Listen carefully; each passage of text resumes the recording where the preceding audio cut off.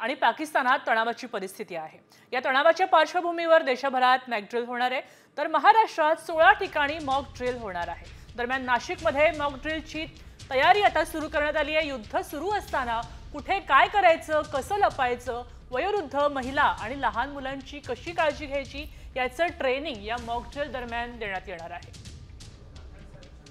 भारत पाकिस्तान तणावाच्या पार्श्वभूमीवर उद्या देशातल्या 244 जिल्ह्यांमध्ये मॉक ड्रिल केलं जाणार आहे आणि नाशिकमध्ये देखील 3 ठिकाणी हे मॉक ड्रिल पार पडणार आहे। मी आता नाशिकच्या नागरी संरक्षण कार्यालयामध्ये आहे आणि आपण या दृश्यांमध्ये बघतोय हे सगळे बॉम्ब्स आहेत वेगवेगळ्या प्रकारचे। साधारणपणे 500 पाऊंडचा हा एक बॉम्ब आहे आणि वेगवेगळ्या प्रकारचे हे बॉम्ब आहेत।